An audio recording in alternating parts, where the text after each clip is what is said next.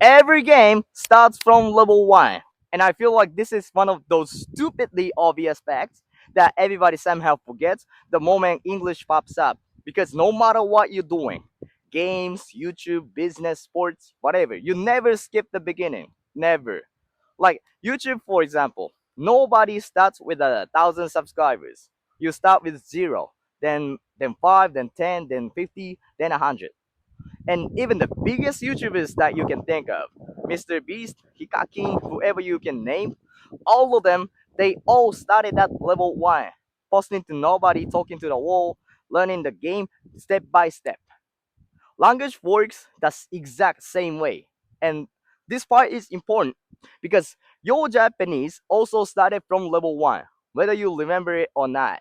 There was a time you couldn't explain yourself. There was a time you couldn't understand the news. You couldn't, I know, read complex stuff. You couldn't follow adult conversations, but you didn't jump straight into philosophy or politics. You just lived. You just listened to it. You consumed, and slowly, without noticing, you leveled up. But for some reason, when it comes to English, people completely forget to apply the same logic. People who aren't even level 2 yet, who can barely understand the slow, simple English, suddenly decide like they should fight level 90 monsters, like shadowing, native speeches, copying the Steve Jobs, listening to the fast interviews, doing things that looks advanced but are completely out of your reach. And that's the mistake. That's the biggest mistake because that's not your enemy yet. That's not your stage yet.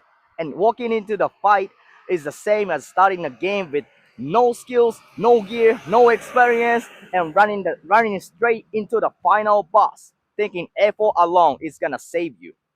No, you lose instantly. And here's the part most people are missing. When you fight something way above your level and you lose, you don't get experience points. You don't get stronger. You don't level up. You're just tired, frustrated, and confused without any XPs. But when you fight weak enemies, the boring ones, the easy ones, the fight you can actually survive, you win. And every win moves that experience bar just a little bit. That's how the leveling works. English is exactly the same. And if you don't know your current rebel, you have no idea what you should be fighting against.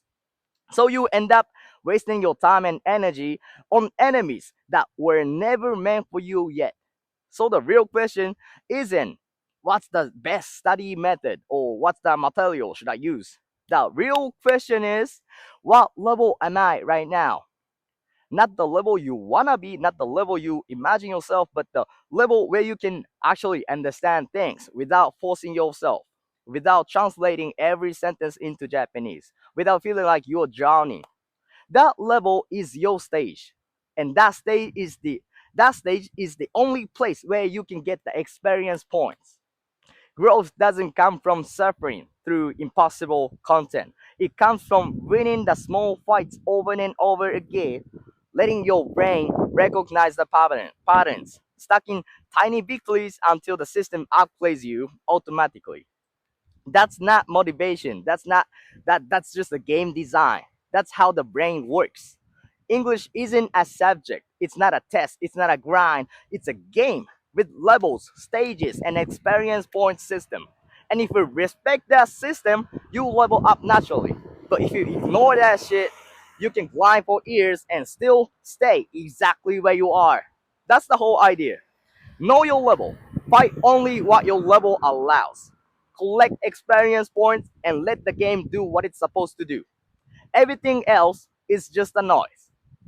最後までご覧いただきましてありがとうございました。いただいたすべてのコメントに最もわかりやすい形でお返事をしておりますので、ぜひご連絡お願いします。